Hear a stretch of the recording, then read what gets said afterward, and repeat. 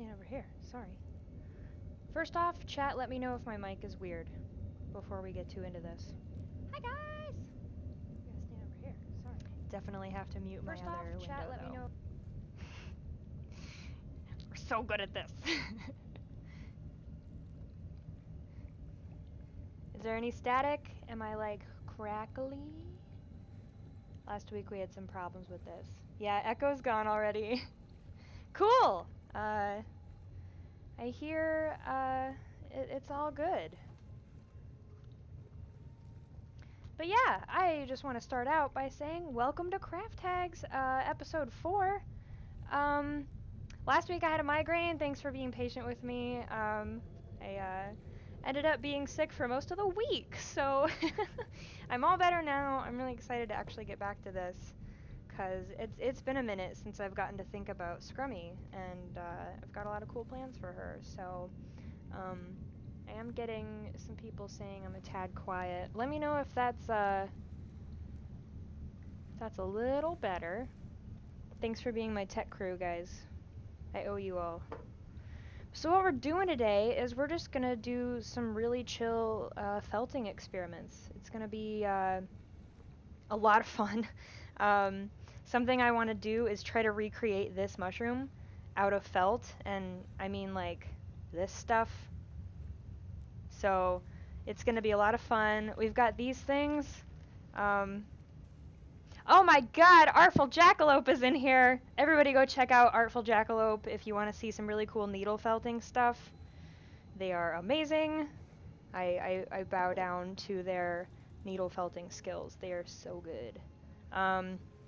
Actually, Artful Jackalope, if you're not in the Discord yet, the people watching this show would love to see your stuff. If somebody would like to post the Discord link, invite Artful Jackalope, and go follow them, because they're on Twitter, too. Anyway, I just lost all my train of thought, remembering everything that they made. We're gonna do just some cool felting stuff. I'm gonna show you guys kind of how this works, how I like to do it. There's a million different ways to felt. This isn't the only way. There's needle felting, which doesn't need any water. There's wet felting. There's nuno felting, which is when you put the wool onto a fabric, which is part of what we'll be doing today, but we'll be doing the other stuff too, where we don't use any backing at all, and just messing around. We're gonna just have some fun today, because, you know, life's been real crazy on my end. I'm actually driving over to the Seattle area tomorrow to look at towns to move to, which is very scary and exciting, but I'm really, really, really happy. I'm gonna put this up here. And just for anybody who doesn't know, I live out in eastern Washington, about 5 hours away from Seattle, and I do a lot of stuff in the Seattle-Renton area for work, and that's where all my friends are. So I'm really excited to be getting out of this little town and starting up some new stuff. It's gonna be an adventure, and it's gonna be a lot of fun. But yeah, so if I seem scattered today, that's why. Also, everybody who voted in the Sirenscape poll on Twitter, thank you. That's what we're listening to, is Sirenscape. They have tons of sound sets that you can use for relaxing noise, for like Halloween parties, or what they meant to do is create something that you can listen to during a D&D game and like put mood music on for every situation you might get into. So everybody go check out Sirenscape. They're super cool, and they let everybody use their stuff for very cheap. I think it's like $6 a month. I don't know. Go check it out. They're cool. We're listening to Mad Scientist's Laboratory today. So if it seems a little ominous and weird, you guys chose it. I don't know. I'm surprised a lot of you didn't go for farmland, because we're using wool and it's sheep, and I don't know. Maybe we'll do farmland next time. I also had Friendly Tavern as an option, which I think we might listen to next week, because I was really excited about the crackly fireplace portion of that sound set, it's really nice to listen to. And there's like laughing and clinking glasses. It's like really nice. Anyway, thank you, Sirenscape. Thank you for voting, everybody. If you don't like the music, blame the public, because it's their fault, not mine. Here's some experiments I did yesterday. I kind of just wanted to make sure I knew what I was doing and I had everything out for this episode. So here's like I just started messing around. Like for example, this is one. I was like, I want to try to make something that looks like the forest floor. And so I was like, well, the sticks, we'll do sticks. Kind of didn't work, but it looks like some kind of rotting, gross dirt, right? I'll hold it up to the camera so you can see a little bit of the 3D texture that's on there. It's really cool, and my camera isn't high def enough, but these are little like ringlet curls in there, and they are shiny. And this is just, let me see what kind of wool that is. This is from worldofwool.com. That's where I like to shop. I found a few other fiber online places the other day, and I'm gonna start checking those out too, because they have stuff I've never seen before. But like, this is what it looks like in the bag. This is 50 grams, in case you're wondering about how much you get when you order from them. But like, you can just pull it apart. Here's a good ringlet.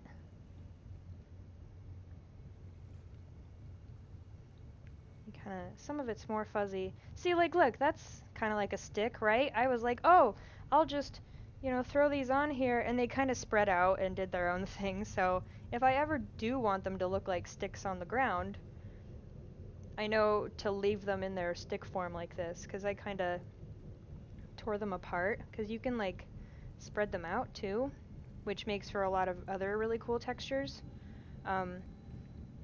But yeah, like, there's just one thing you can throw on the pile, and, But yeah, these are wool locks. Some of them are different depending on the breed of the sheep, I guess. Here's another kind that we might be using today. This is called Merino Broken Top. I'm not even gonna say I know what parts of what make what.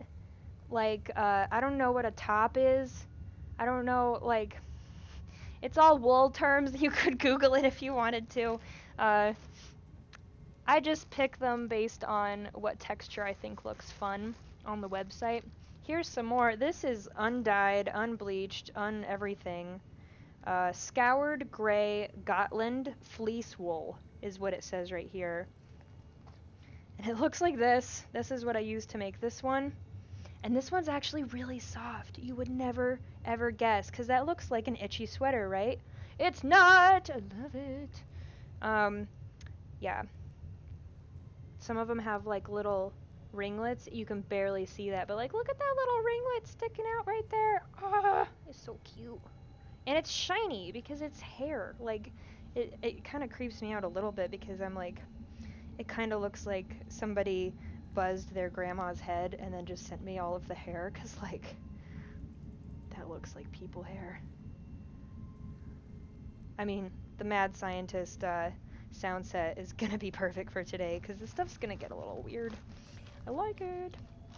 But yeah, look at this one. This one I call Barfy online. Super freaking weird. I just wanted to see what it looked like when you layered these things. These are called wool slubs.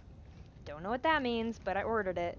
And they have other ones called NEPs, NEPPS. And these are like little balls. But they're still wool. It's just,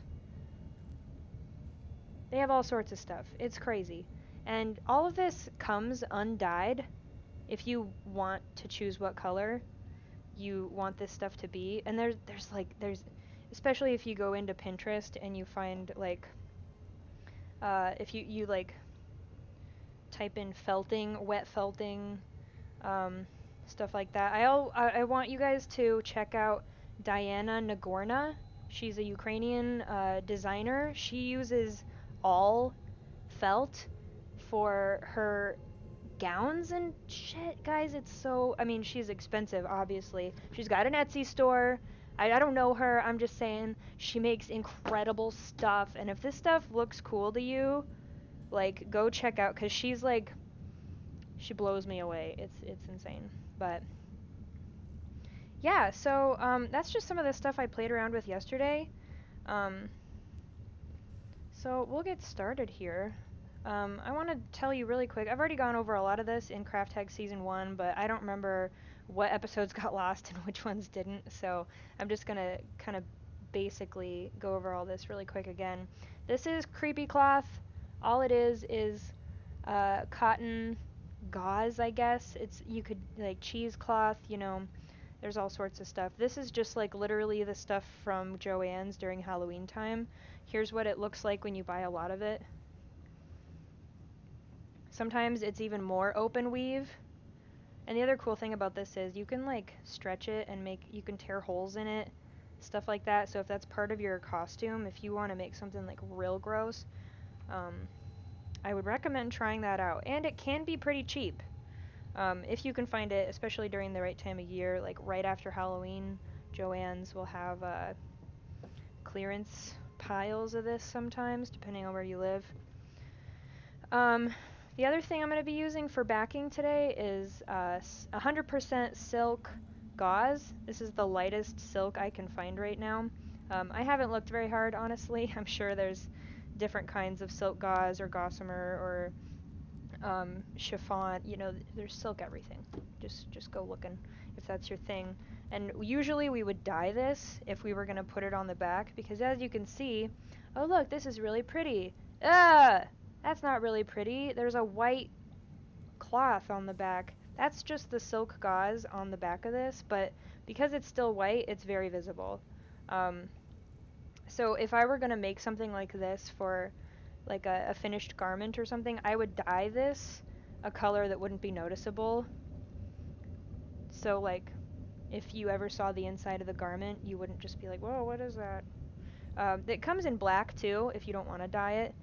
So if you're going to do like darker colors, probably like this one, black would be a lot better than white on the back like this. But yeah, there's a lot of things we can do here. And I'm going to do a sample with no backing. It's going to be weird. And I'm going to try some layering, some 3D work. Keep going this way. That's better. Ugh. High quality entertainment here, folks. And the reason I'm trying all these out is actually because I want to make a kind of like a waist cincher slash wide belt slash corset for Scrummy. And if anybody hasn't seen Scrummy, doesn't know who Scrummy is, doesn't know what I'm talking about, it's the costume that I'm going to be working on all season. First episode was really cool. I had a lot of fun showing you guys how I made this. This is just my idea sheet.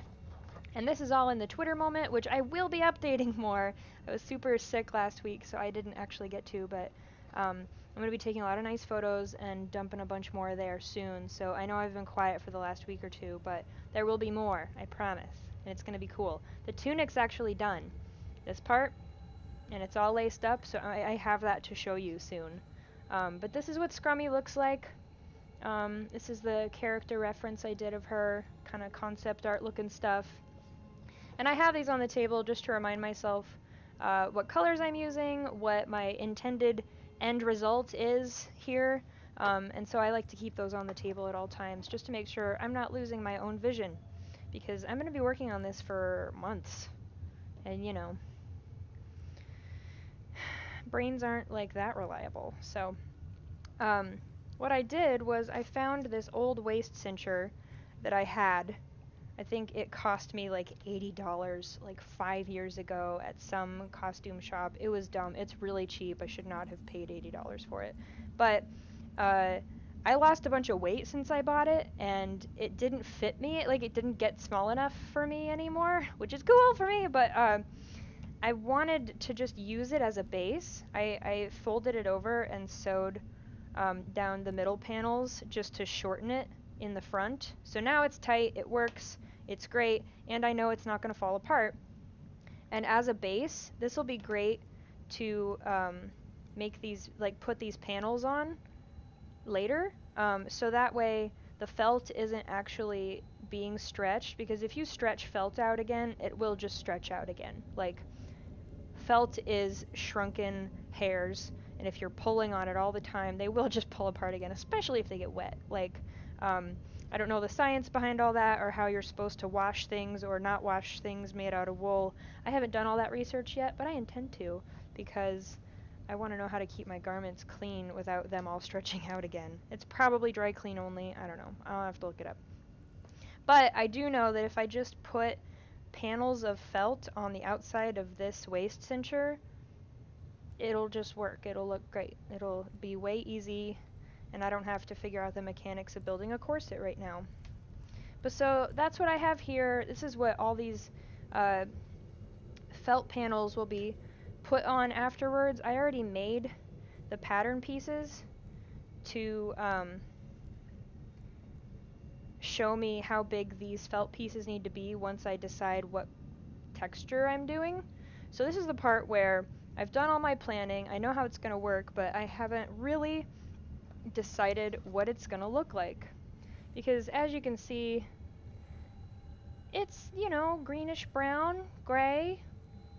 I've got some skulls on here, which will be a separate thing that I put on later. And then there's like all this drapey shit coming down. Stuff, sorry. And but like, it's just kind of squiggles, and I just knew what color it needed to be, but at this point I do want to make it a little more mushroomy, because the more I think about the design that I made, the more I feel like we could shove more mushroom visual cues in there. So that's what we're doing. We're gonna try to make these look like mushrooms. And that's why I have the mushroom book out. I'm gonna try this one, but I might just like pick a couple others too. Like, oh, that one's really yellow. That one looks, you can't really tell, but it's kind of pink. It's gross. Look at that! What is that? I don't know. That one actually looks really cool. I might try that one too. Let's try that one too. Because I know I have those colors. And then let's pick one more. Let's find like a crazy colored one. Ooh, that one's really red.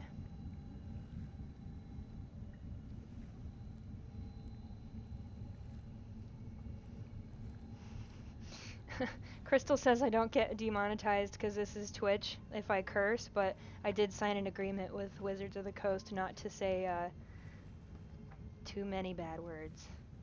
It's in my contract. But yeah, I'm not too worried about it, Crystal, but thank you. Let's find, ooh, that one's blue.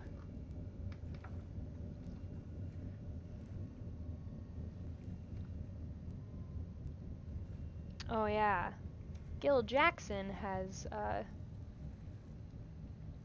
some wool washing techniques. Yeah, so cold water, soaking, don't move it around too much. Yep. I do wonder how they work in the rain. Like if you had a really big long thing made out of wool and you got real wet, that would probably ruin it or stretch it out, but I don't know. Man, some of these don't even look like mushrooms. I love it. Whoa. And just for anybody who isn't aware of the connection between scrummy and mushrooms and why I'm talking about mushrooms right now is blue pouch fungus. Alright, we're doing that one. We're doing that one! Okay. Anyway, Scrummy is a gnome warlock. She's my D&D character, and she serves the Queen Zugtmoy, who is the queen of fungi and rot and decay. She's made out of mushrooms. She's really pretty. My friend Tyler Jacobson did a really cool piece of her for cover? I can't remember what it was for, but the Zugtmoy art is really beautiful. It's from her wedding from Out of the Abyss. Gorgeous! Good job, Tyler. So let's start with the blue one, okay? And we'll do this. We'll make it really thin since we have a backing. That'll help the wool stay together. Let's see what blue colors we have. I have 2 huge bins of wool over here. Let me show you my wool stores. There's one, just so you know how big my hand is. That's a lot of the felt that I have. I mean wool. And then there's the other one that I have. They're huge bins. But yeah, I'm just digging around. Ooh, should we make it shiny? Blue sparkles? Yeah. This looks sparkly. Here, yeah. Let's set that one aside. It's got some orange in it. That's kind of close. I'm just gonna throw wool all over my room. Ooh, there's the orange. I have a lot of orange and red from when I made the Batiri Goblin costumes. Because everything that my goblin was wearing was red and orange. So we don't have any red. Throw this one out. That one's pretty darn close. Ooh! Yeah. Alright, so we'll pull out some of that. The thing is, you really don't need a lot. That's the fun part. Like, you'll see how much we don't even use what I'm pulling out right now to make this teensy little swatch here.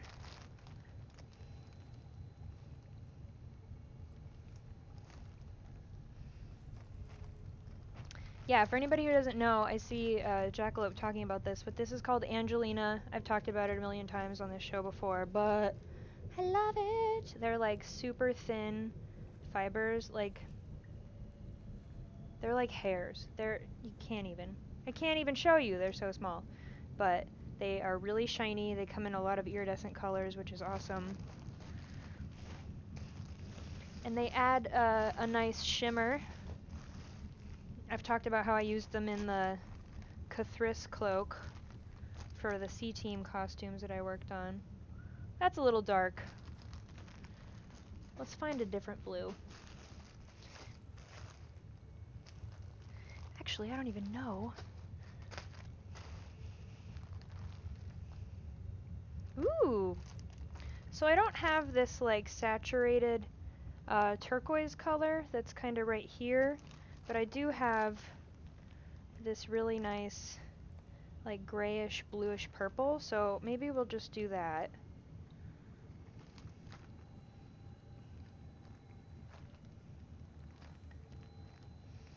Let's get a bunch of this. There's more blue here.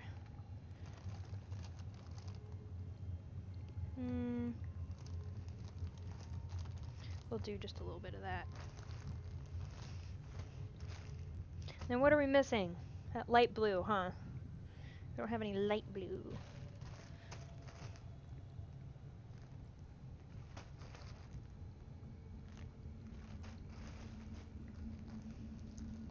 How about this? Ooh, that's not bad. Not bad. Oh yeah, there we go.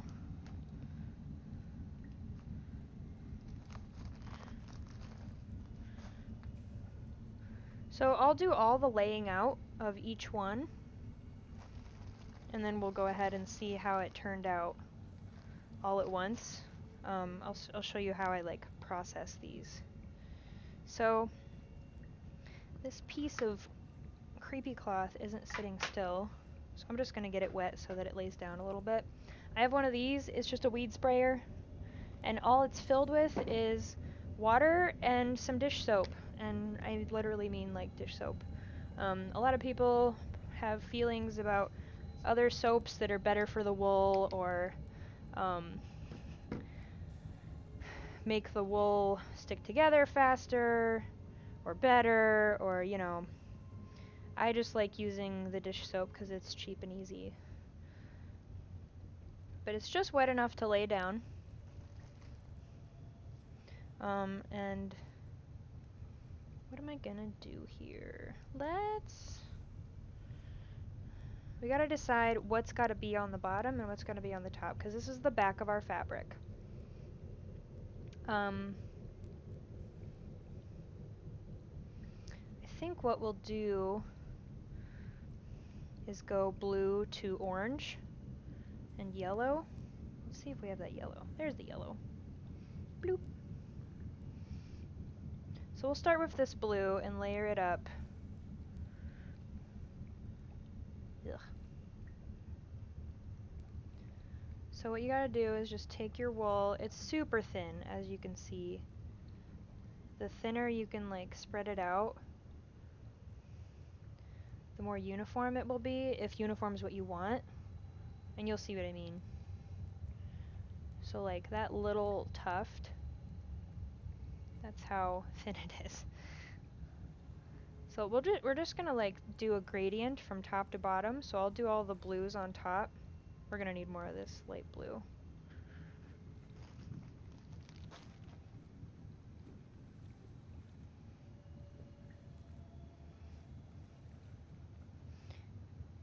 And you gotta alternate how you lay them down, because that helps them lock together better.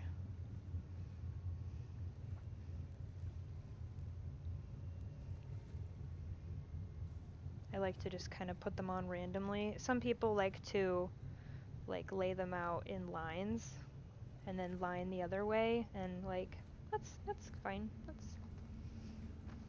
That's fine. I like mine to look a little more random. So I just kind of spread them out like a pizza dough.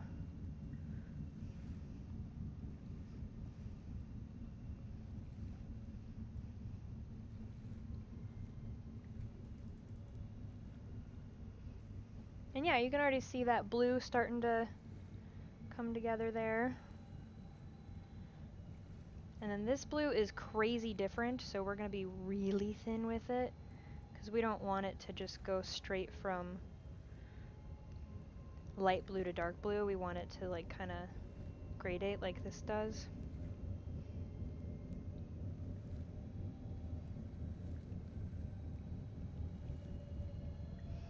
And for anybody who's just joining, because I see some people who are confused, I'm just testing out some wet felting techniques that I'm going to use later when I make pieces of clothing for this D&D character's costume. And this D&D character is a gnome from the Underdark, so we're working with a lot of grays and blues. This is Scrummy.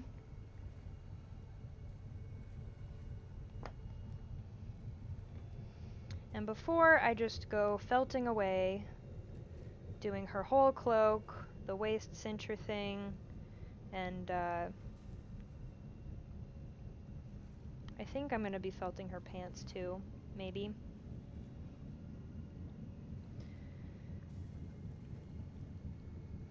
We're gonna test out some of these ideas first, just to see what they actually look like.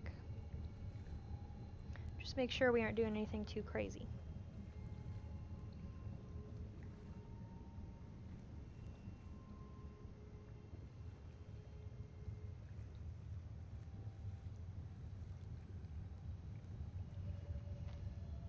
And yeah, as you can see, this is starting to create a pretty nice gradient. Like, meaning it shifts slowly from one color to the next. It's not like light blue, dark blue. We don't want it to hurt our eyes. We want it to look smooth. And then there's a couple, like, just little swirlies. Oh my god, guys, I almost forgot about the sparkles. Hee hee hee hee. So you can just kind of lay those in. The thing is, though, they're made of plastic, and plastic doesn't want to stick to wool. There's just nothing there encouraging it, so you have to sandwich it between wool layers. But if you're going to put sparkle in, make sure it's near the top of your pile.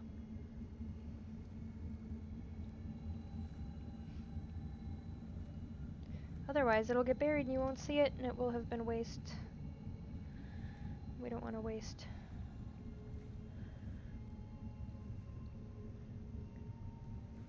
Yeah, this little layer of light blue right on top will hold those little fibers down. Oop! And actually, seeing it in the monitor makes me a lot more aware of the gradient and how it looks on camera, which is super important if you're going to be building a costume that you want to be filmed or taken pictures of. Take pictures of it while you're making it because it looks different in different lighting with different cameras. And like if you intended this whole thing to look a certain way and then it doesn't show up in the picture, then like that's sad, man. You don't want that. But so you can't really tell in the camera probably until I move it around. Ooh, you can kind of see the sparkles. Sparkle, sparkle, sparkle, sparkle. Anyway, I'll quit wiggling my felt now.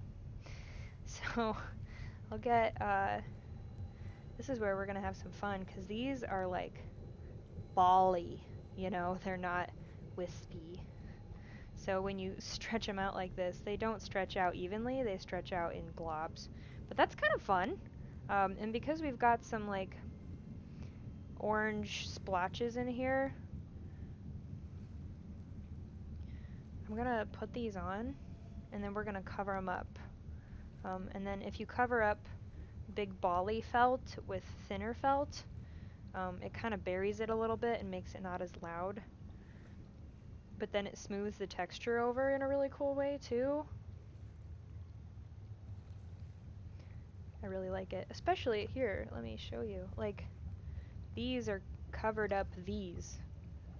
So obviously, they're not white anymore or it would look like that.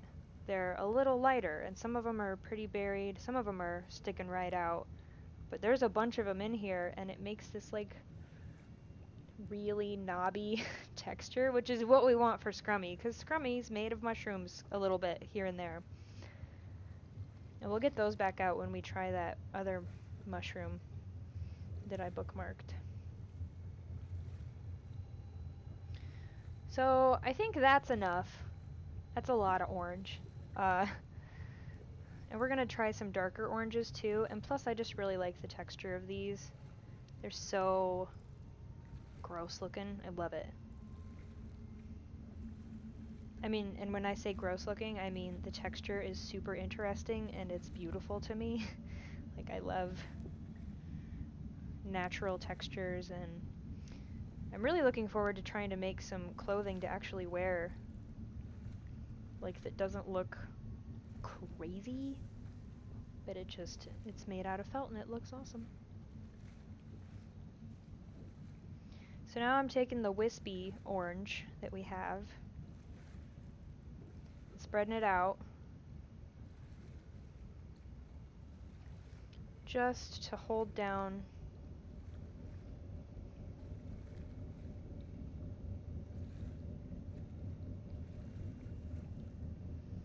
these big globs.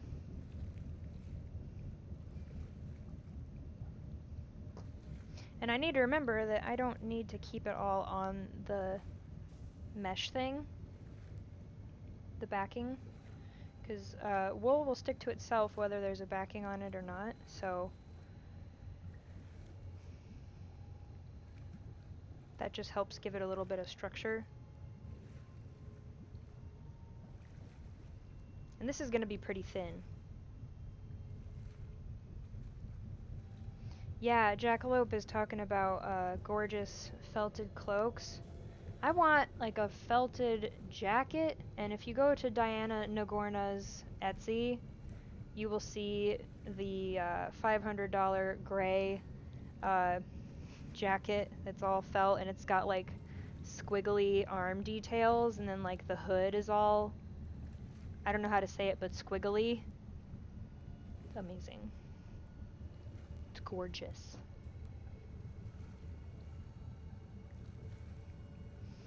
Oh, look! Hi, cat. Gonna come visit?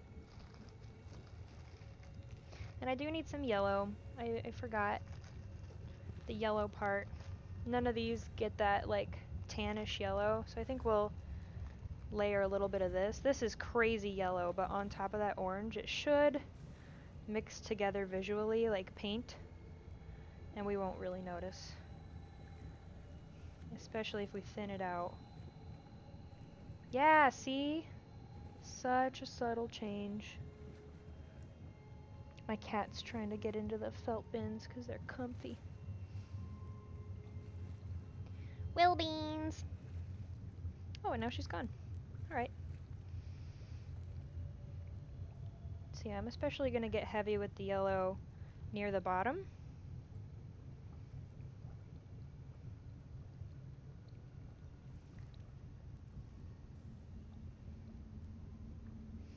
Ooh, let's put some of this Angelina in the bottom, just for funsies. I mean, because this piece is going to be way too small for me to do anything with. So I might as well get a little crazy. That's the fun of doing these small swatches, is you can, like, you're using so little of your materials, and you get like an instant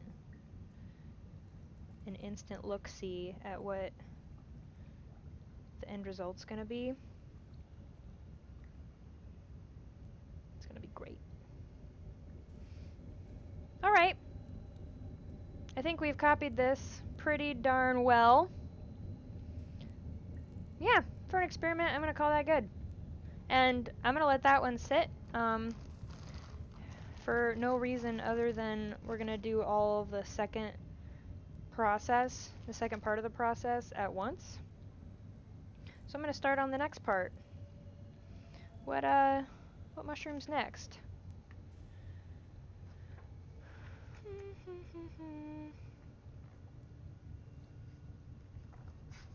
Probably don't want to lose. Whoa, what is that? Apparently these are mushrooms that look like birds' nests. Okay. Okay, nature. You do you. Alright. So, thank you, Artful Jackalope, for helping people in the chat that have questions. I really appreciate your presence here. I'm so glad you're here. Anyway. This time, we're going to do the backing on top. So we're going to work from front to back, top to bottom? I don't know. We're going to do it the opposite way that we did last time. But so, what that means is, if we want it to look like this, we got to get these white bits up first. And actually, these look pretty darn similar, if you ask me. So, I think what I'm going to do, I mean, let's get our backing right next to, I know you guys can't see it, but it's right here. I'm gonna lay these out in like a starburst kind of pattern and see if I can replicate at least a little bit that pattern that kind of webs outward from the middle. And then we've got all these little... Ooh, there's a long one. Oh my goodness. They're all kind of stuck together too. What are those white things? They look super cool. Well, they're called wool slubs. Wool slubs. This is 100 grams of wool slubs from World of Wool. I love World of Wool. They've got a lot of really fun stuff to work with. Man, these are all stuck together. And it's really cool that they sell these, because I don't think most people who work with felt, like, really, need these very often. So I think usually these parts would be thrown away. They're super cheap, so they're not like, you know, making bank off of these. But it's really nice of them to offer. God, you know what? I'm just gonna put this big rat tail thing right in the middle. Let's just see what happens. Maybe it'll be really gross. This is silly, you guys. And actually, because we're gonna be doing the next one, I have a plan for the next one. I'm gonna set aside these really long ones, because it'll be perfect for my next idea. Man, we are getting mad science-y in here. This is funny.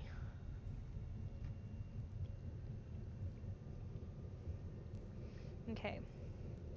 So I'm just gonna try to arrange these. And the fun thing I'm excited to see if it works is if the middle is like higher than the edges, it might actually dome out like a mushroom, like a 3D object, you know? So we'll see. I mean, you kind of have to just try it to see if it works. And obviously, I could, like, be really careful, especially with the wispy stuff, and I could lay out a design, like, get it wet, and then move my fingers around and, like, make little veins out of it and stuff. Like, you can get crazy. Or, if I really wanted this to look exactly like this, I could just do a brown layer, and then take these, or some other white substance, and needle felt it. And let me show you my needle felting needle. It looks like this. It's super dangerous. Let's get all beauty about this. Here's my needle felting needle. These are so sharp. And all you do is you jam the felt into the more felt. But with that technique, you can be a lot more exact about where it's going, because you can like move it, punch it in, hold it, punch it in, and like, I mean, people draw whole pictures, and that's how Artful Jackalope does all of their cool needle felted projects that are like cute little 3D animals and stuff, and they look really realistic because you can get such a cool control over where the colors and lines are going and stuff. It's really awesome.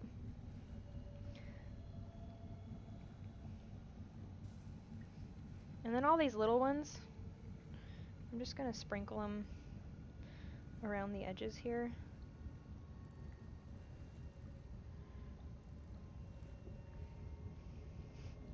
I wish that my, I wonder if I could get like a black piece of paper actually. Do I have paper here? I just reorganized my whole craft room, and now everything's gone to a more organized place that I'm not familiar with yet.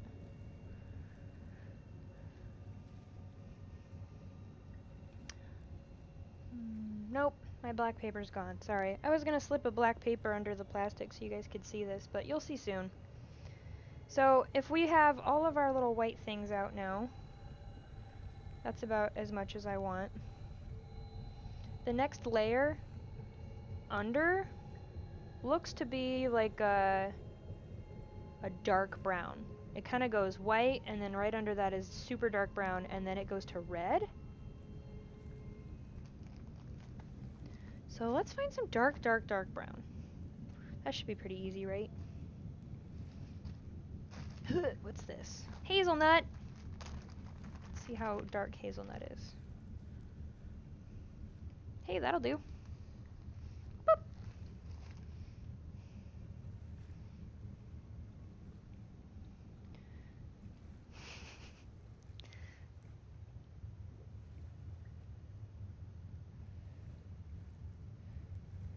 So yeah, we're just gonna start burying this.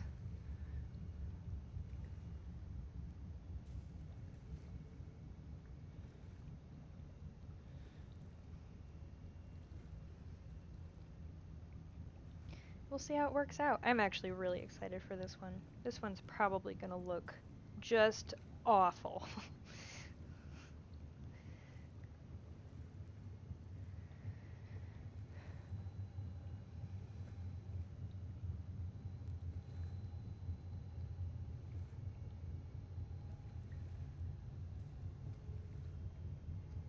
Get some more.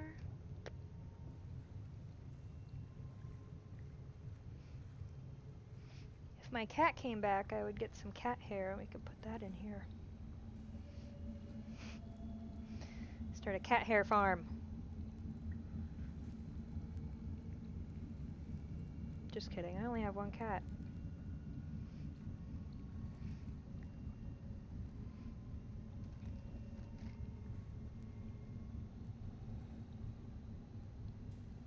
Alright, so that has pretty well, it's a lot thinner than it looks on camera.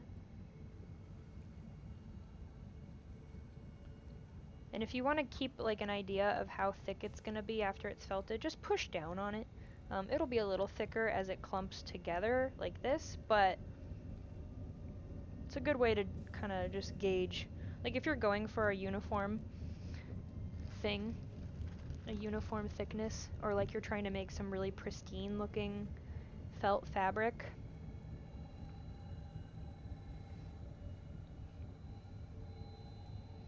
you'd be a lot more careful about it. But I'm just gonna throw some of these in here too, because they look weird and gross, and they're brown, and it'll add more texture. Ooh, especially if we kind of pile it in the middle. Ooh, you guys, this might be real good. This might be real good. See, like, look at that. Doing, doing. Love it.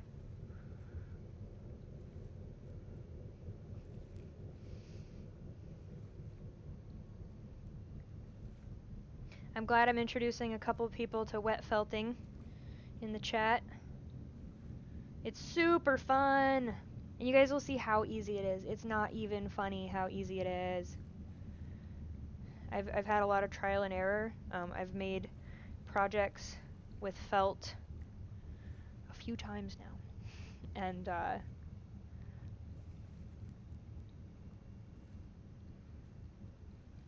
you can get some cool results. It's really fun. And then I'm gonna put some like hot orange in the bottom layer, just in case people see it. Oh yeah, we've got some leftover hot orange right here.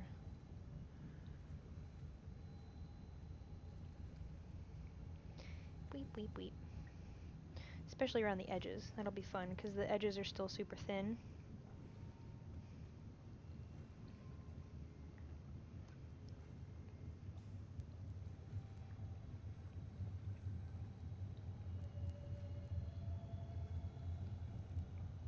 So you'll definitely see that orange. Oh, I ran out.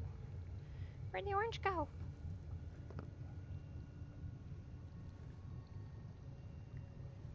I think this is the same orange. Sure, whatever!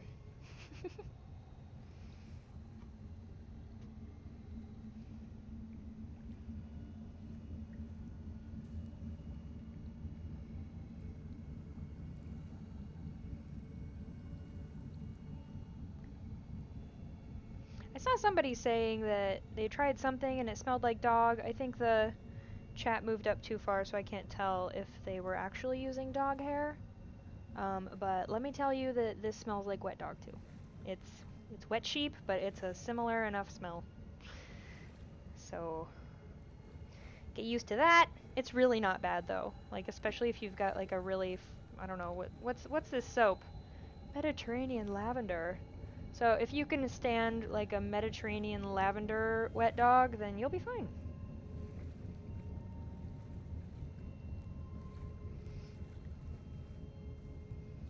It's really not that bad though.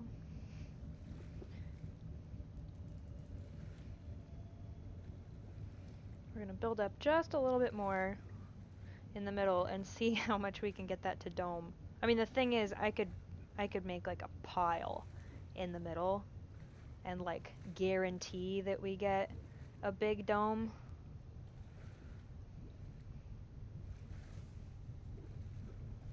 I don't want to get crazy though. Or maybe I do. Yeah, let's put more. More.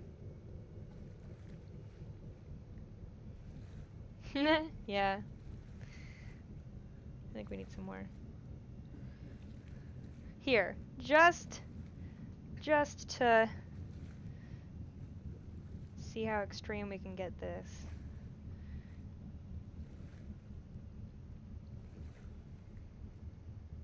Kind of form this into like a hamburger patty shape. You guys, I don't even know what this is gonna look like.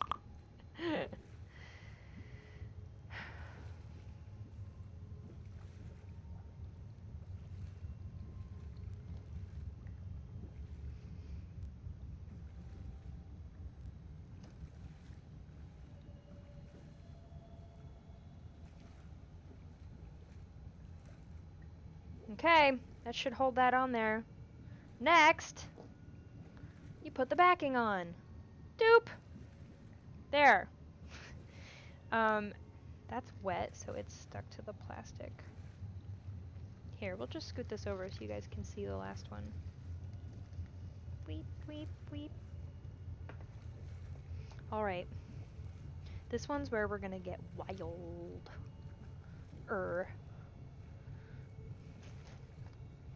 So, which mushroom? This one! This one's called the hedgehog scaly cap. We're making that one right here. So, we're not gonna have any backer. What we're gonna do is we'll start with the top of that mushroom on the bottom. So the cap facing up, like this. We're gonna do that scaly part right there. And then so the bottom will be those slubbies, these things, to make that look. We'll see. I don't know if this is gonna work or not, but yeah, get that hedgehog scaly back hype going in the chat. This is the weirdest stream I've ever done, you guys. I love it. Okay.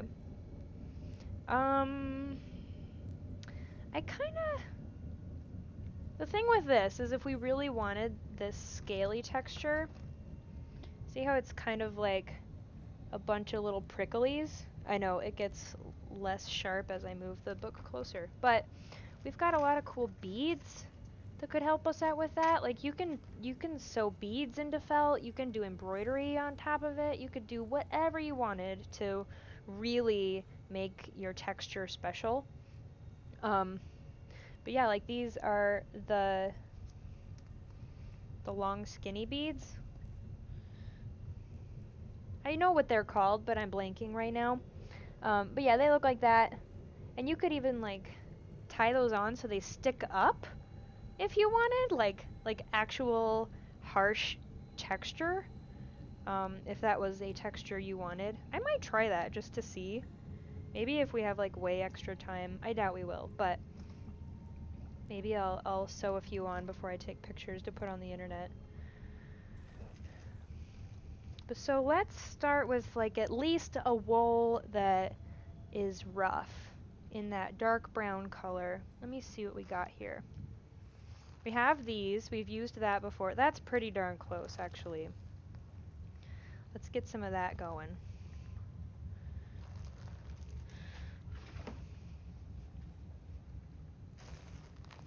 Let's see what else we have. Ooh, let's get some of these dark black neps.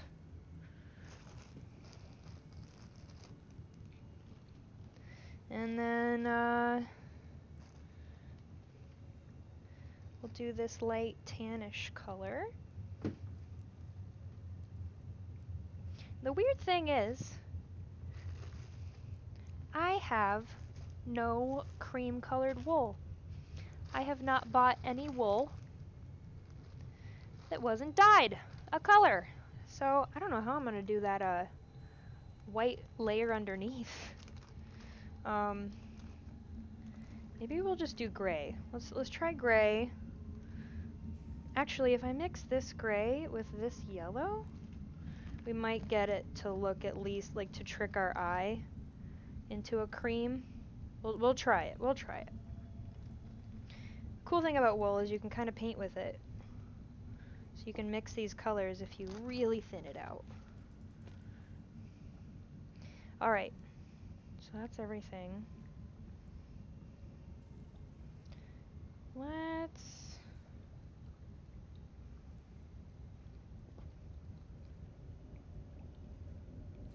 get all these really harsh textury bits.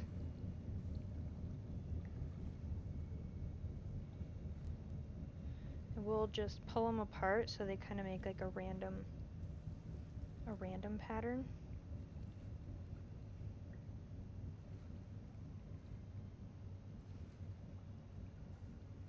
Doop.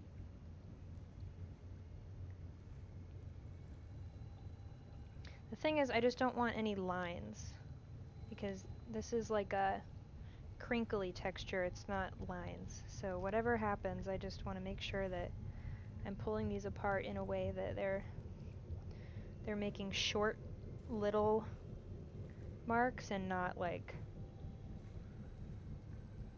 waves.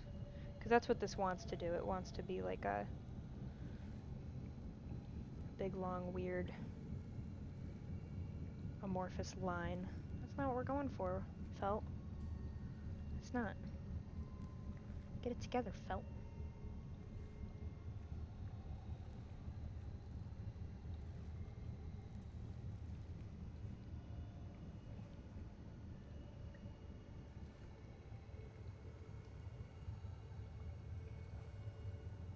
Here's another good crinkly one.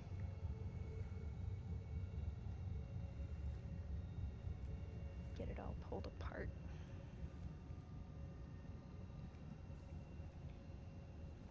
And if, like, I have seen, I don't want to, like, assume that your guys'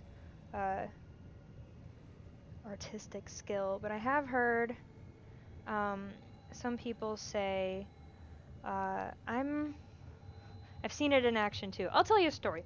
I had a roommate once, and we were in college, and we were putting up Christmas window jellies. They're like these sticky silicone things that are like, you know, snowflakes and stuff. And I was putting them up on the window in like a random pattern that I thought looked nice. And my roommate was doing this on the other side, and she was like, "How do you get them to look random?" And I was like, I don't know, it confused me, but I looked at her window, and she like was literally failing at making it look random. Like it looked like in a grid, kinda. Like she was trying her hardest. And I just know that like for some people that's kind of hard to do, to replicate a random natural pattern. But just think about, like, if you ever need to replicate a natural pattern, but you are failing or you just think it doesn't look like it should somehow, try to replicate it in a natural way, because nature will force a natural pattern. And like a way around it, so like let's say I really want this to look random. If I let them fall, random natural pattern, there it is. And then like if it clumps up a little too much in one area, just kind of disperse it, you know, fix it. But like same with tie-dyeing, if you want it to look, or like if you're just distressing some pants that need to look a little dirty, like splatter it on there, make it, you know, drip it, try different things, because you can cheat. Like you can just make it do what you want by not forcing it. It's weird. But it really works. And I've heard some people mentioning that like, oh, that's just something I can't do. And I get it. There's a lot of things my brain can't do either. But there are ways around them. Like for me, calculators. If you ask me like what 13 times 2 is, I can do that. If you ask me what like 13 times 5 is, it would take me a sec. 5 is obviously a little easier, but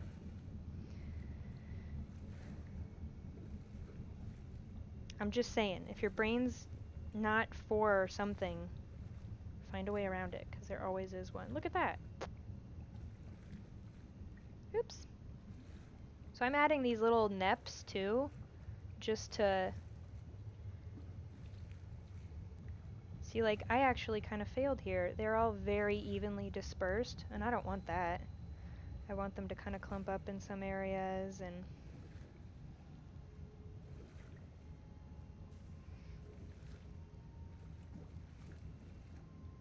boop.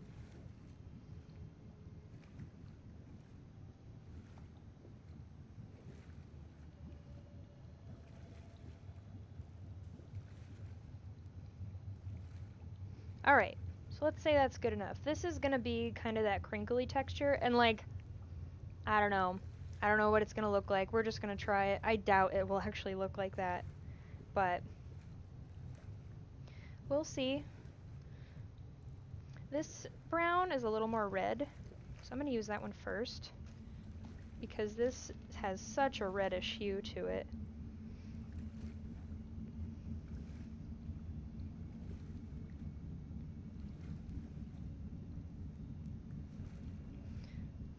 So this is that red layer that's right under the crinkles. On this mushroom we are trying to copy.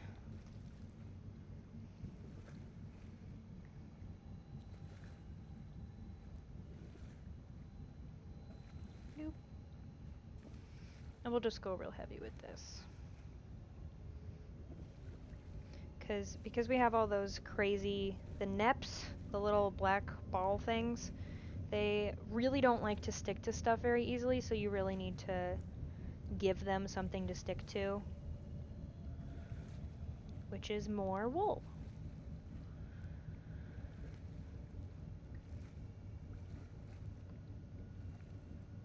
So yeah, that's pretty good. We'll do another layer of the lighter brown.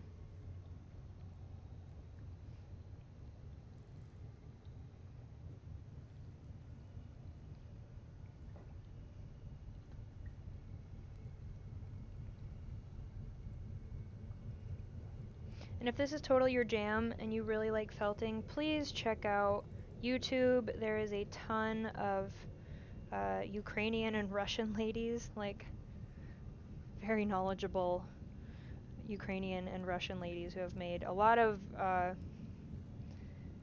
helpful videos on how they do stuff. They got this handled over there, it seems. So yeah, this is our brown layer. Now I think we're gonna try to get this white. Let's try the yellow and gray idea. See if that works out. So what I'm gonna do is like take some of my gray and spread it out super thin. If you're gonna try, you can also like blend these together. Like I could take this and this, and then here's the other thing that's really cool. If you just get like a cat brush, you can blend them together like this. Take it off, brush it the other way. Like if you really want to blend two colors together, just keep pulling it through, probably the same direction so it doesn't matte.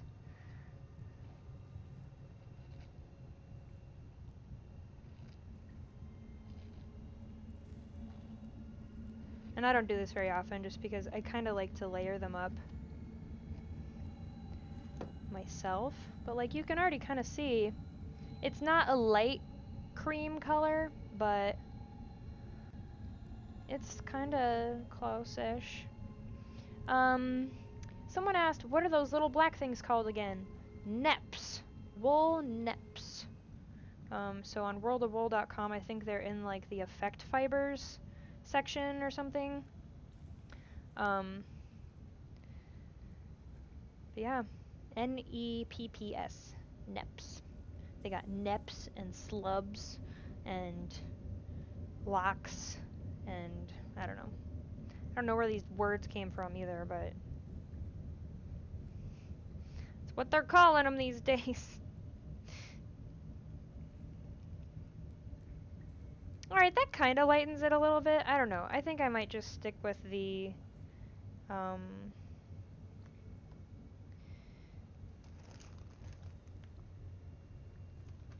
let's just do some of this. I have this really pale yellow. I'm just gonna decide that the underside of this mushroom looks like that. Because it's pretty close. It's fine. I obviously need to order some undyed wool.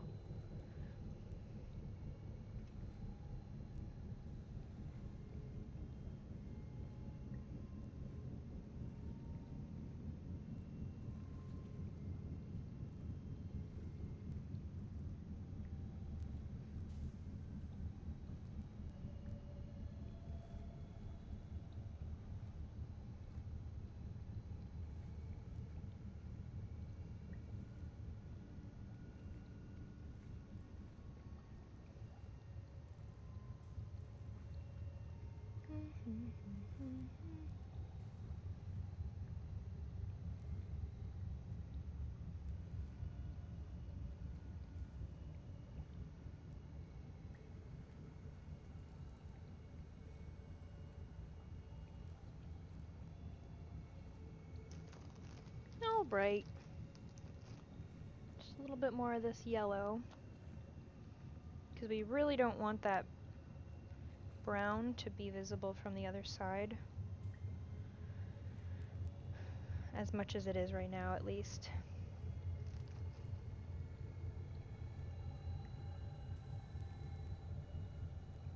And this music's creepy. I really liked letting you guys vote. That was really funny.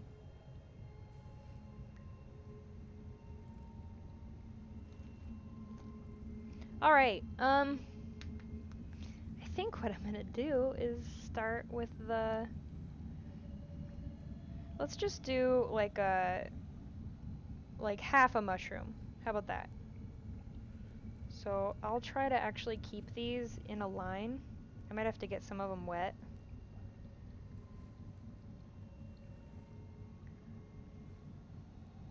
Unless they stay really flat and still. Ugh. Yeah, that one's not gonna stay straight. I'm gonna go get some water in a cup really quick. I'll take my headphones off before I leave the vicinity.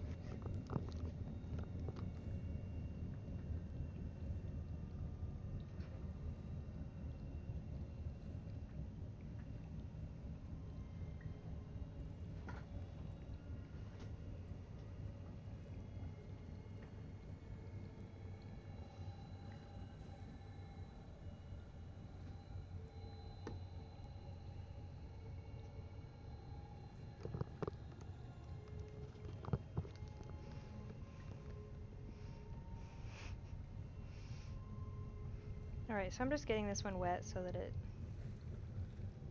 straightens out a little bit, because I want it straight-ish.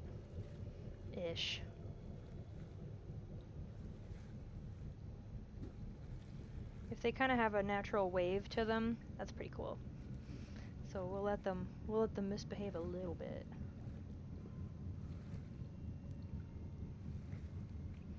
This one's pretty short, so we'll put it on the side.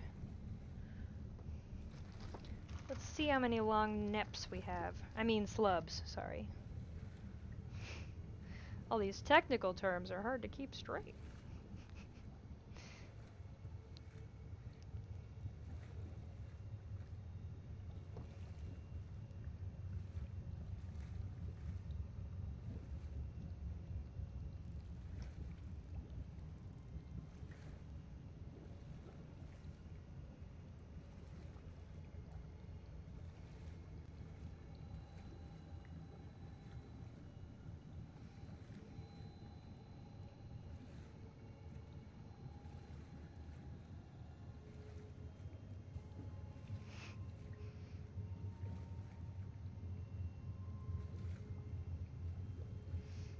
Oh man, somebody mentioned that I should tear apart some white wool socks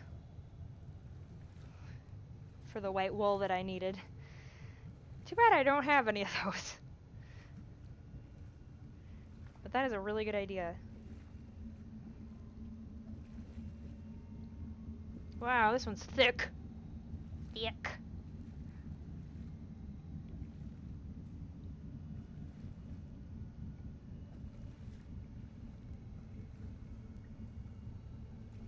You guys, this is gonna be so cool. The other thing is, you can see how some of these little ridges don't even make it into the middle, so I don't need to despair that I don't have very many long ones. Because I can kind of make it up. Fill it in with short ones too.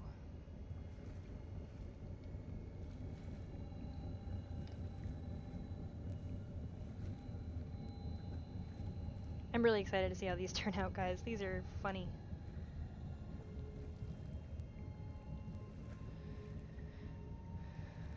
Here, we'll put the thick boy right here. Bloop!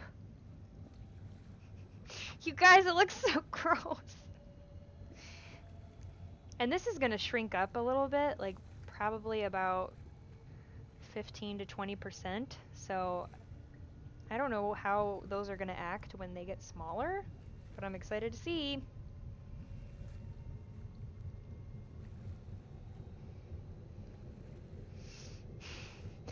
Thick slub. I like it. Oh my god. Auto chat. Allow. The chat is actually holding your comments when you say thick slub.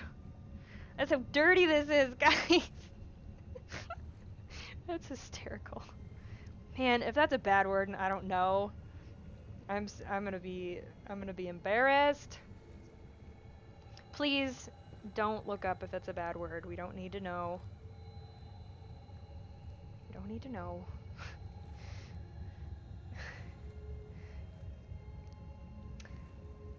Yeah, auto chat is not it's not flagging thick, but thick slub for some reason was a different matter.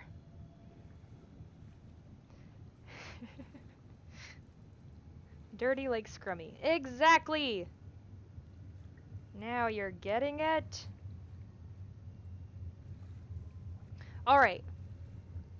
So, I guess let's, add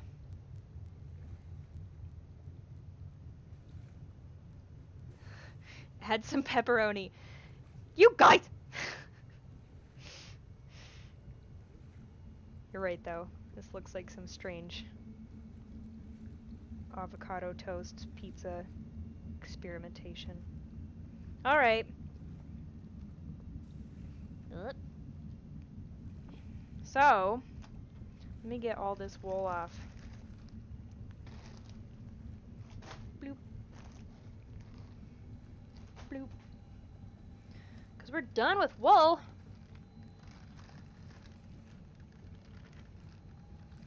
Oh man, there's slubs all over the place. Dirty slubs.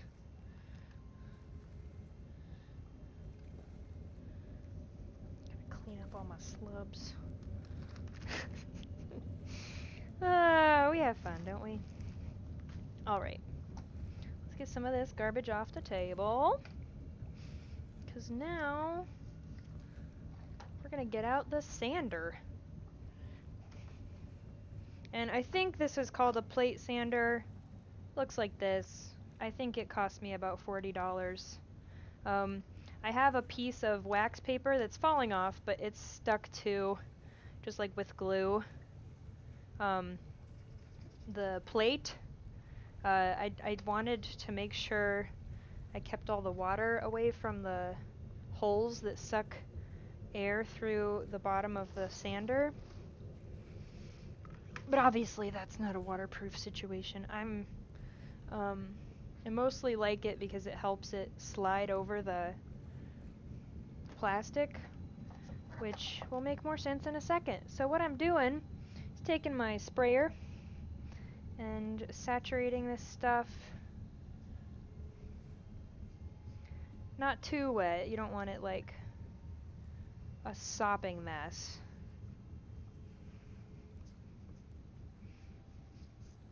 But you do just want enough soapy water. This one's kind of a pile, so we'll get some water in there.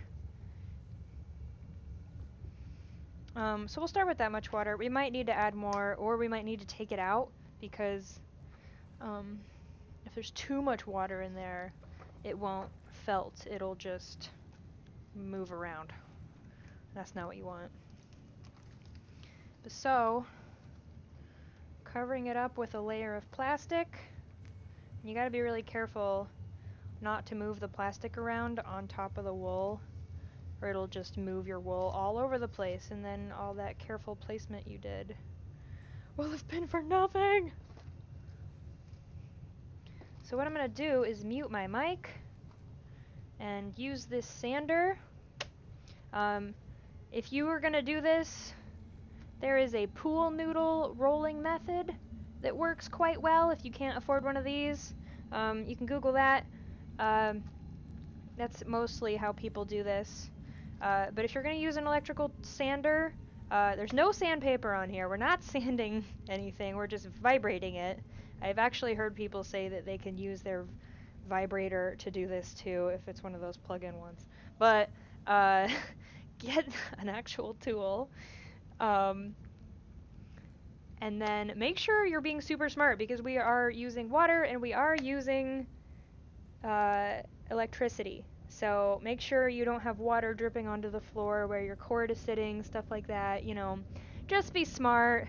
I've got water between two pieces of plastic here. So the only thing I'm really looking out for is making sure that the water doesn't squirt out into an area where it's just going to be sitting and then I'm going to just shove, you know. Uh, I'm going to allow...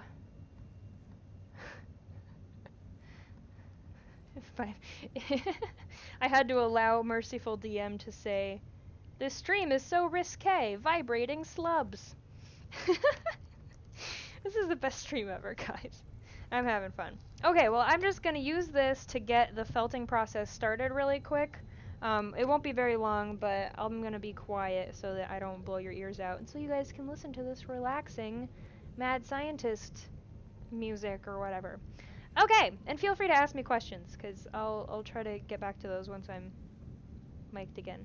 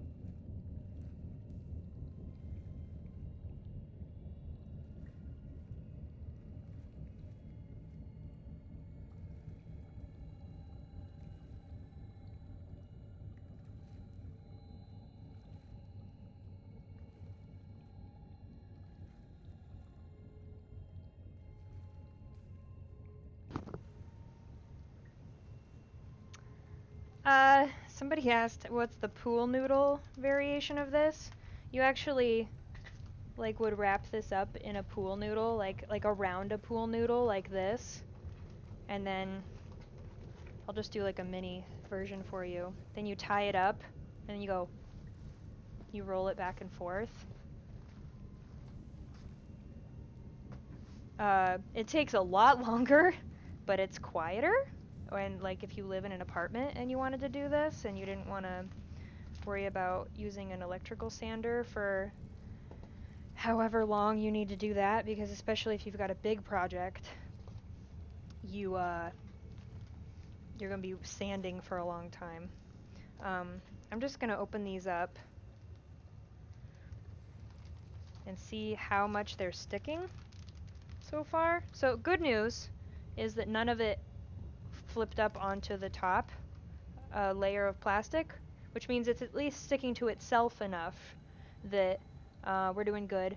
Yeah, Artful Jackalope, the pool noodle way is quite an arm workout. And if you need like a really long noodle for a really long piece of felt, you need a big table, you need a big area, you might have to do it on the floor. I can't do it on the floor because I have really bad knees. Like, it's a mess. But the sanding method is great. So what I'm going to do here is actually... Where'd that cup of water go? Oh, I put it over here.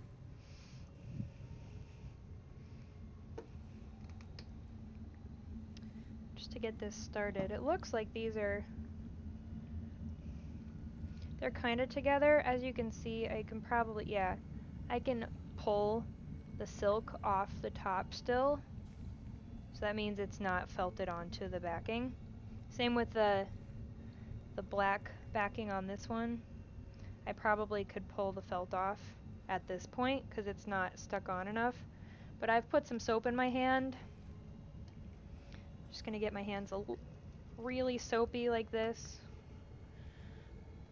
And then like wipe that soap onto the felt. We're gonna even add just a little bit more water so it foams up real good.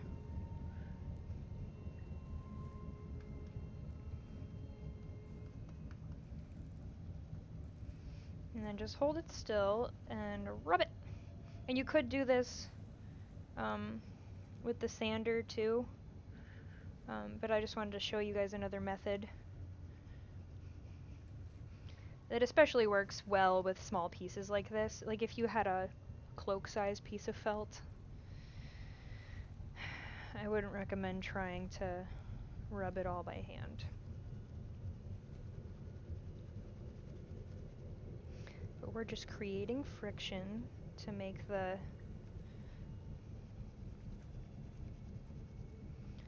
stuff stick to the other stuff. And the soap, it makes it sticky inside the felt, so it sticks to itself. Inside the wool, I mean. But it also makes it slide around, so it's easier to keep the shape.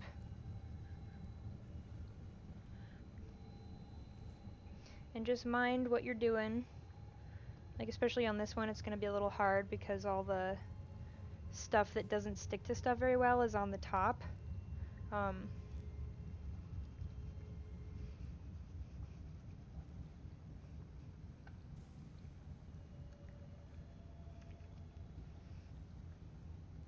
I'm going to try my best to keep it from moving around too much. I'm going to get some more soap. And this is just something like that I've developed for myself. Obviously, if you try this and you figure out a better way, share that with your friends.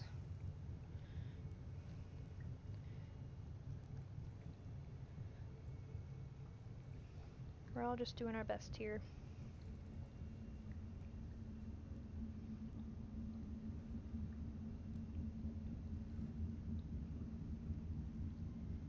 If I had some white wool, I might have done a thin layer on top of these slubs so that they don't move around as much.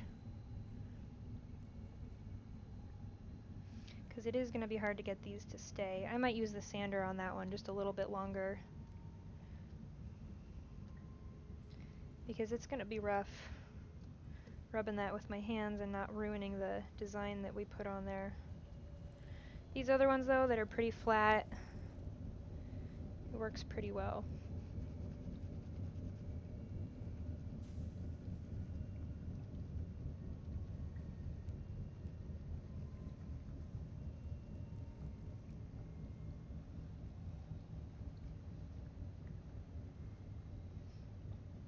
And as you totally can sew buttons and zippers and anything, like it's just cloth. I mean, if you made like a piece of felt that had like a bunch of crap hanging off of it, and you know, it's like, it'd be like trying to put a a zipper in fur, or like fake fur, you know? If it's big and stringy, it's going to be harder to zip, but if you've got like a tight wool that isn't like flying all over the place like that, then there's no reason you can't put a zipper in it.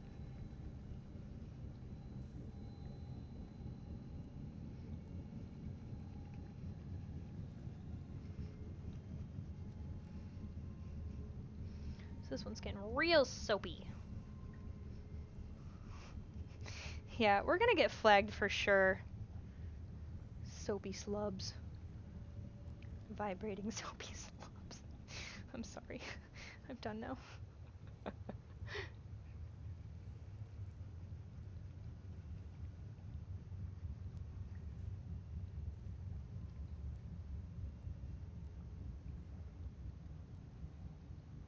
Yeah, the soap makes the felt sticky, the wool sticky, and then it helps it mat together. If it's too soapy though, it won't. It'll just slide around. So you gotta keep it a little bit balanced.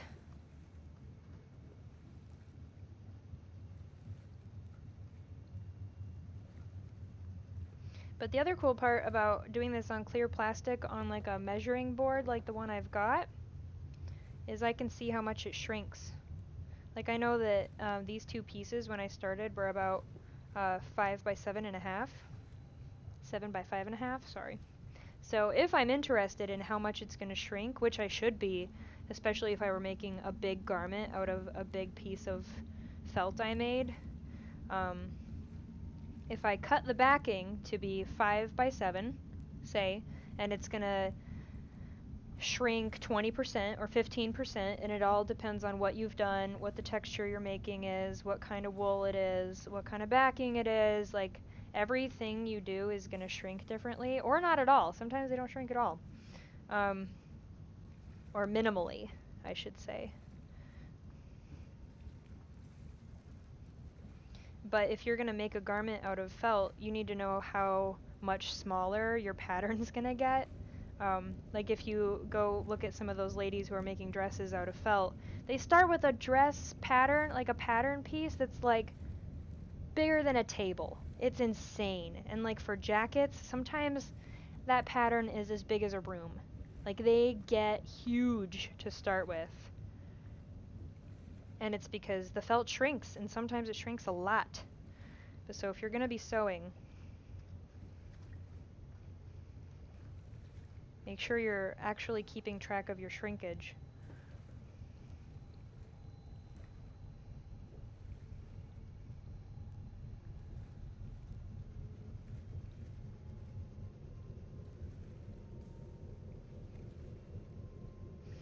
And then you can also, I've seen people control which way it shrinks by which way they rolled it or rubbed it, or, you know, because like if I'm going like this, like just think of it as it's going to shrink in the direction that it would ripple.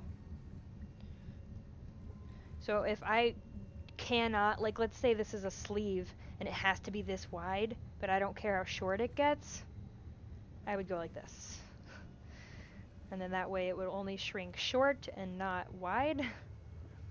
Same with like if you needed to make a boob cup shape, if you lay it out in a circle pattern and then rub it in a circle, you can keep it, you can make shapes. There are people that, I mean like somebody mentioned Holly Conrad felted her witch hat for Strix.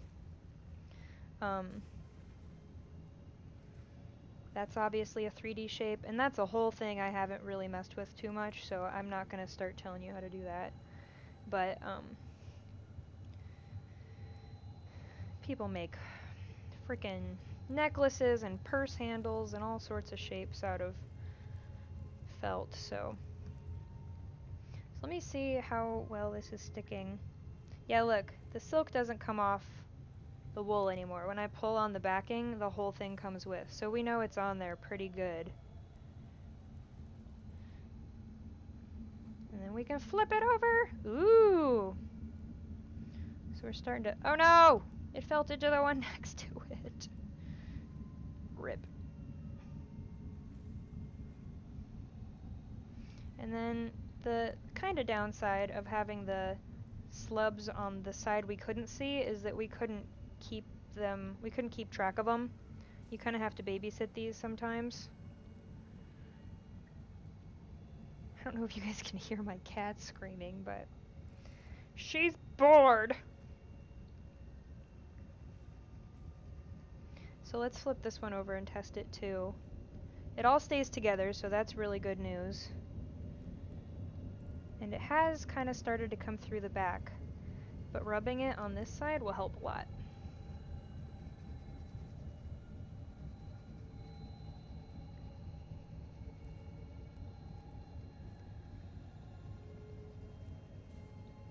And this especially, you'll be able to tell just how much it's shrinking, because this fabric was almost see-through when we started, but it's going to shrink so tightly together that it's just going to look like a piece of black fabric.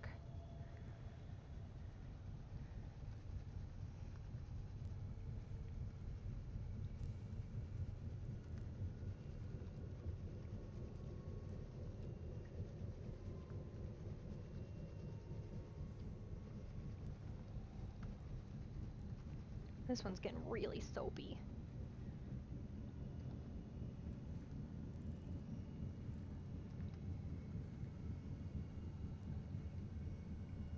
Yeah, somebody asked if Scrummy's like Radagast. Kinda, just more focused on caves and mushrooms than like forests and bird poop.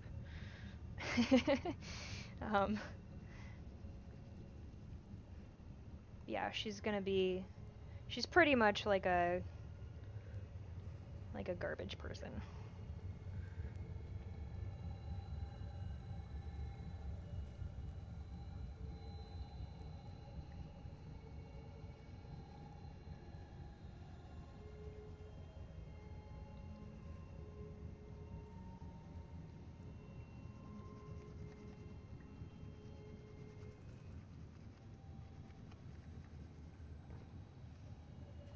See, this one is so thin.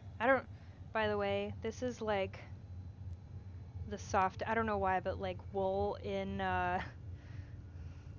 soap is like this, it's like the softest thing you'll ever feel in your life. It's weirdly satisfying. Like you can barely feel it, it's so soft. It's like playing with clouds. I know I'm weird. You don't have to tell me.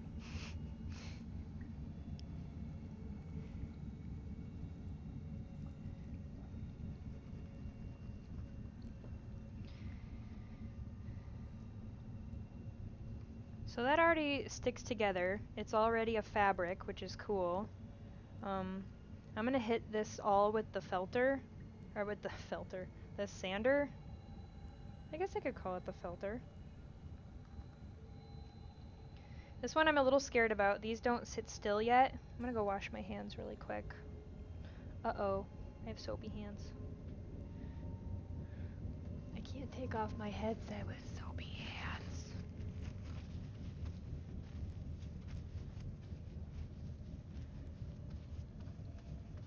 Okay, BRB.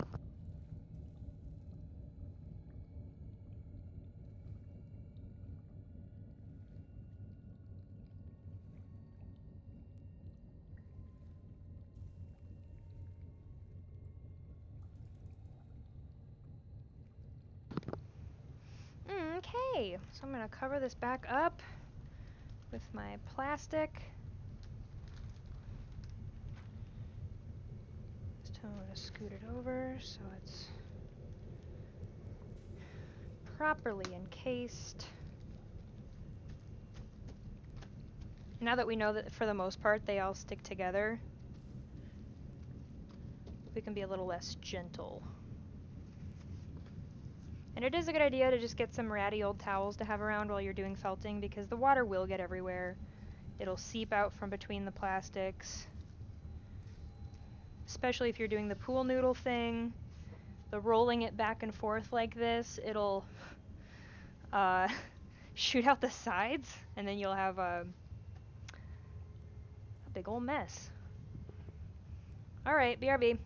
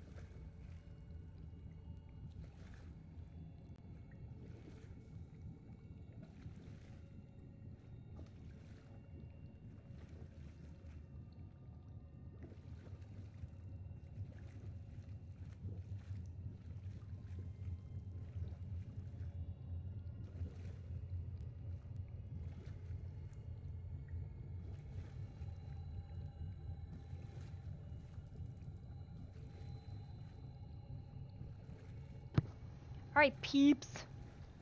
Let's see what happened. As you can see, this one scooted up pretty high. This is the edge of my plastic, so I had to keep the water from getting too crazy. Because we don't want water everywhere, or we'll get shocked.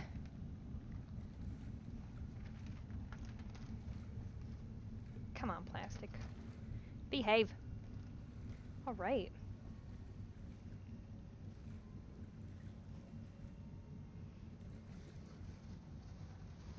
Stabby Rogue has asked what the soap is for if the sander's there. Well, the sander on non-soapy wool would just kinda, I don't know. It wouldn't do the same thing, I'll tell you that. The soap is important because it kind of makes the wool sticky in a way that's kind of hard to understand, but if you try it, you'll feel how it's kind of like when you wash your hands a lot and then they're kind of like squeaky. It's that kind of soapy feel that like encourages friction in a way. I know that doesn't make sense. It's really hard to explain. But that's why it's really important to keep the balance correct. Like if it gets way too soapy, it's just slippery and then it's not doing its job. I'm sure there are other people on the internet that could explain that better. But the soap is necessary, and you can use any kind of soap. Some soaps are better. So yeah, look, now this doesn't come off as much. This one's a little bit... Oh no, look! He's stuck on there too. Good slub. I don't know about these. Yeah, look, that one doesn't want to stay. This one's kind of... Especially the little ball-shaped ones, they're really hard to get to stick, but you can do it. It can be done. And I could get these looking a lot tighter. Here's a good example.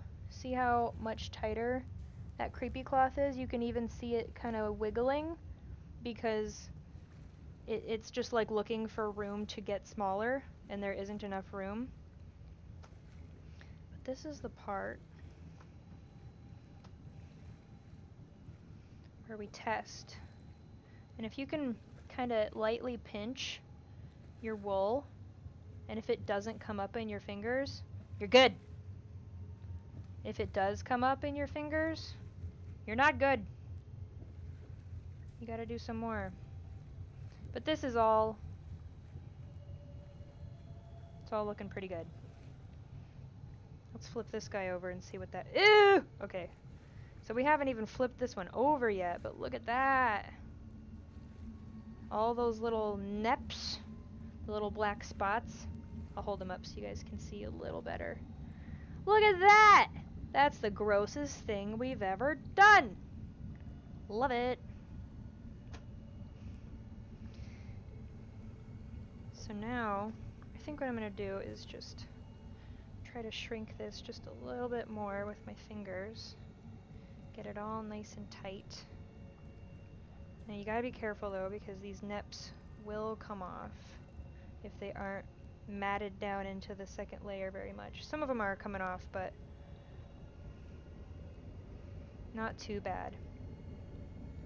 The other cool part about this is that we didn't make this very thick, so all those line slubs on the other side, those ones, will actually affect the texture on the top too, because it's pretty thin.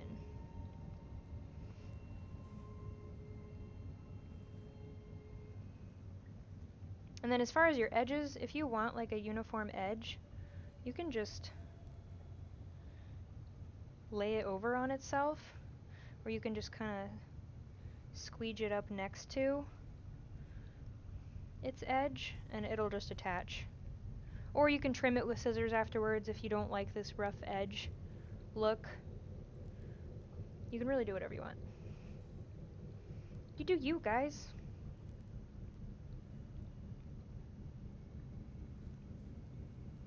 So this all looks pretty good. It's a little soapy. We want it to kind of stick to the table a little more. We're getting there. We're going to take out some of this soap. I'm going to do that for all of these.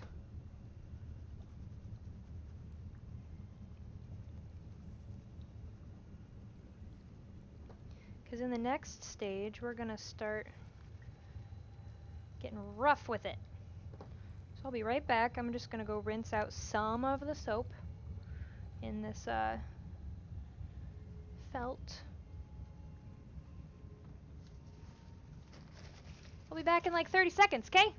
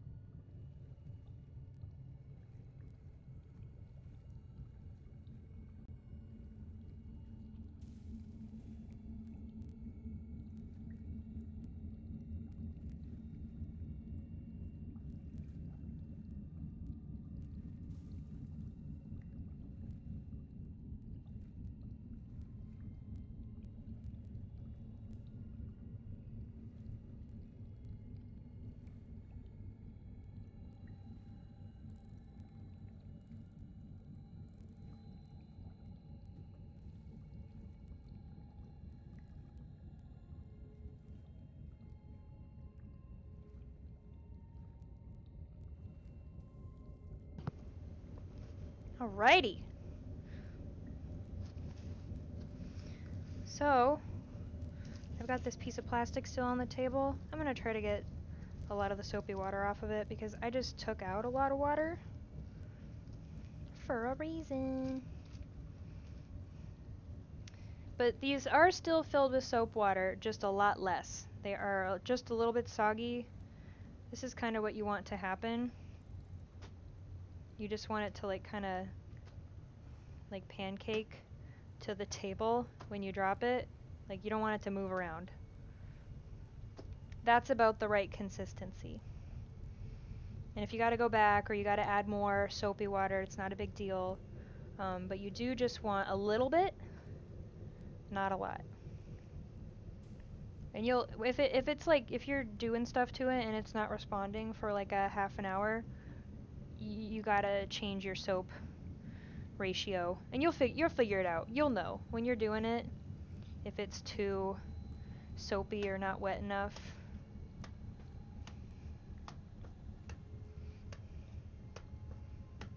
So this stage is called fulling, to where you throw it on the table a bunch of times, literally.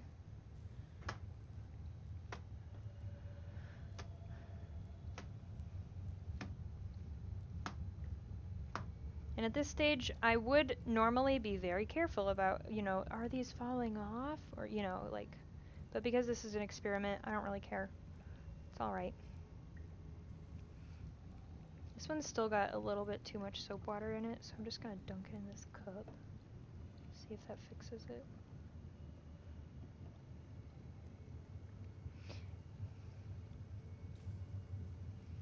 Yeah, it's a little wetter now. God, I can't wait to see what that even looks like.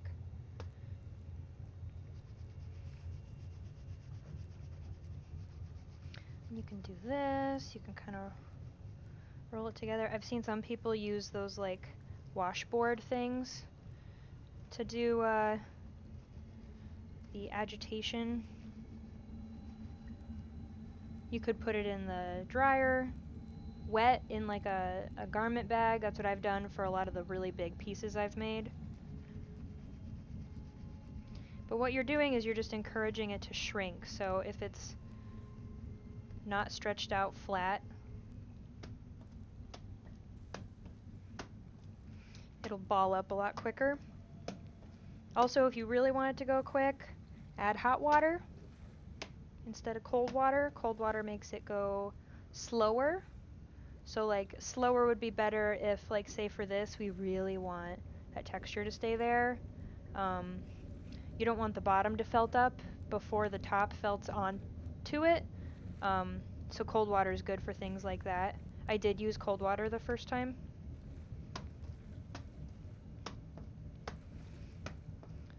If you really want it to go quick, add hot water.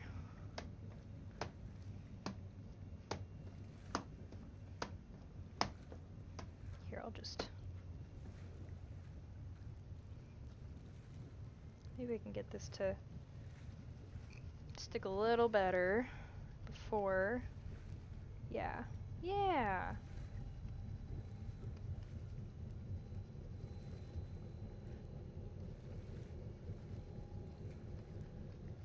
This is gonna look so weird, you guys. I'm excited!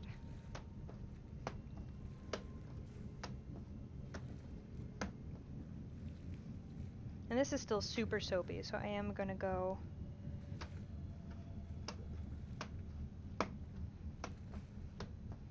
Maybe. Maybe it'll do it anyway.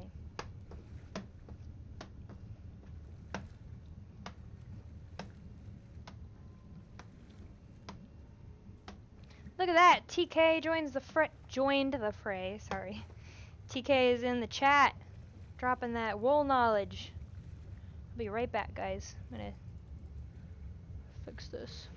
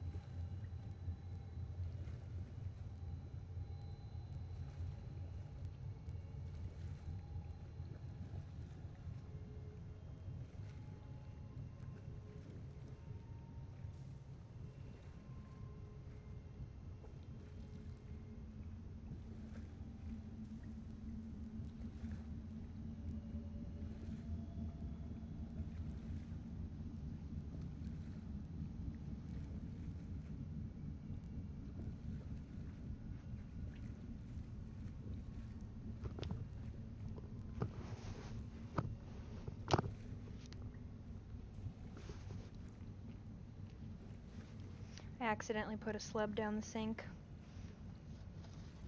Oops!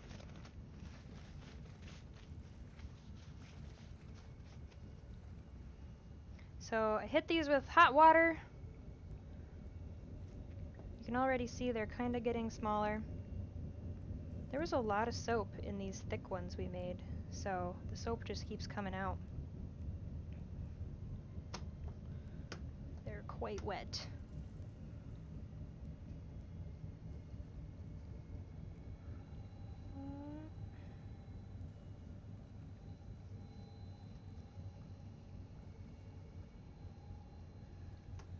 Yeah, see, now it's too bouncy, because it's not wet enough.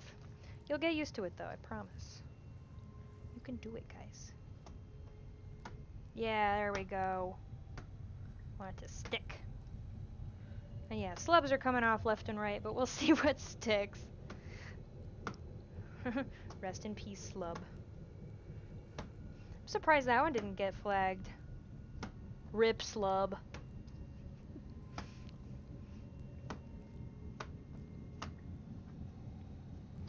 Get a little bit more of that water I squeezed out a second ago. Boing!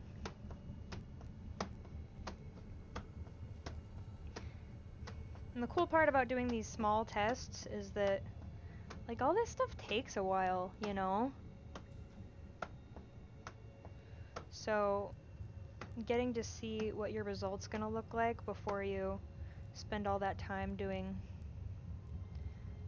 a lot of work is pretty smart.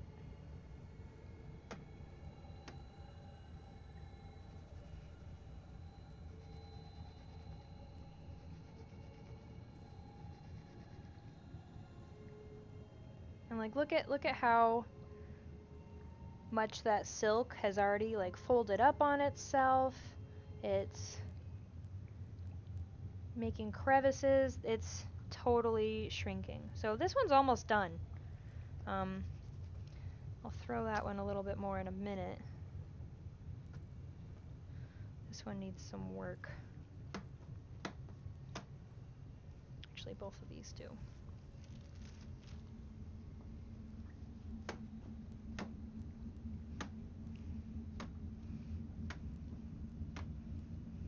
Yeah, I got a lot of dyed wool from worldofwool.com. I have hordes of it. So these are just fun little test pieces to help me understand what kind of textures I can achieve before I actually make the felt that's going to be going on Scrummy's costume. There are slubs trying to hitch a ride on this one. Darn slubs.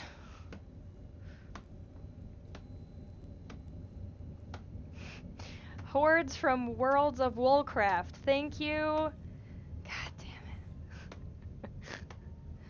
Ah, you guys.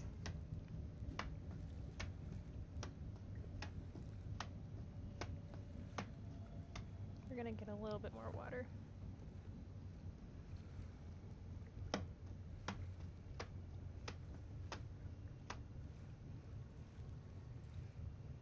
Yeah, see how wrinkly that's getting? It's shrinking! And if you've got some like anger management you want to work out, you should be felting.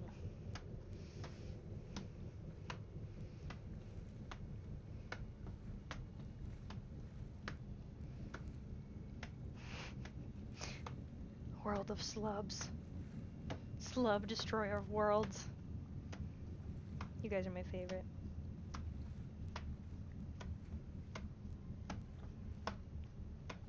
And see, this one's gonna shrink less. Like, it is shrinking up. Totally. But because it's so thin, it's gonna shrink less. And so if you wanna, like, I mean, doing these experiments not only helps you figure out what you're capable of, but it also helps you figure out things that you could use later. Like if I want to make a really light, flowy cloak, like, I better make a sample so that I know that it's not going to stretch out or it's not going to shrink up like a normally thick piece of wool would. Otherwise, I'm going to have a massive cloak that didn't shrink, and I made it big because I thought it would. Like, you learn all sorts of little things just by testing. Or like, hey, maybe don't use as many slubs. They don't like to stick. That's a good thing we learned today. Got some danglers. Also, we learned that this does not look like what we thought it would.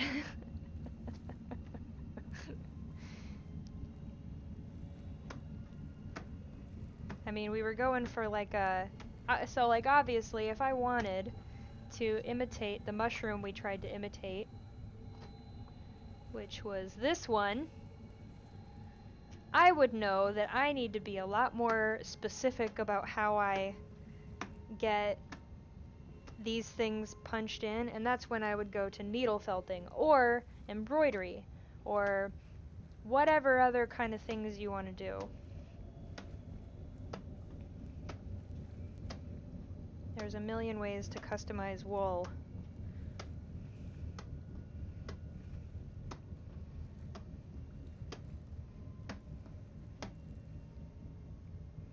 Oh yeah, this one's shrinking.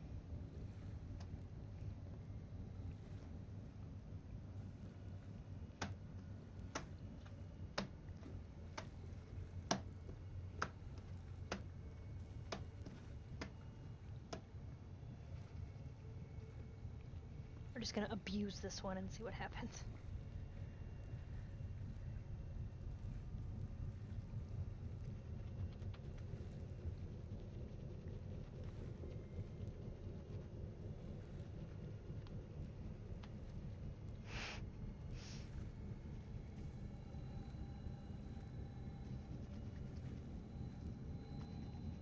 But yeah, again, if you're a crafter, if you think this looks interesting, You have no idea.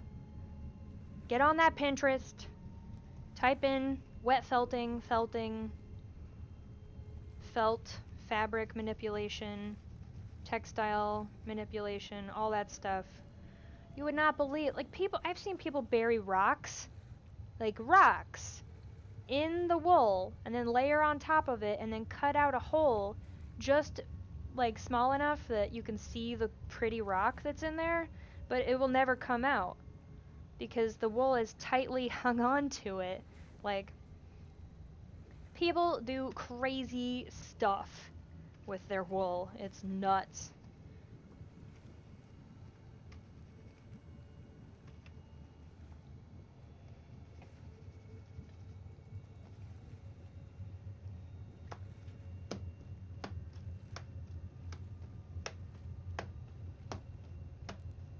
I got slubs everywhere, guys. There's slubs and soap all over this room. Alright, I'm gonna go rinse these out completely, and then I'll bring the hairdryer over and we will dry them because time's up! And Tito's on, I guess. Yeah, I should have been looking at the clock. Actually, I'm gonna dry these because Tito's probably waiting right now. Hi, Tito. And he's ready to do Dragon Talk, which is right now. I'm gonna dry these and then post them on Twitter. Follow me on Twitter at Danny Hartel. That's like if you want to know what I'm talking about all day. If you just want to see what happens with these, go to @CraftHags. The Twitter moment has been posted in there. That's where I will be dumping all my progress photos for this whole project. Come back next week, same time, same place. And I don't know what we'll be doing, but we'll be doing something. So yeah, take it away, Tito.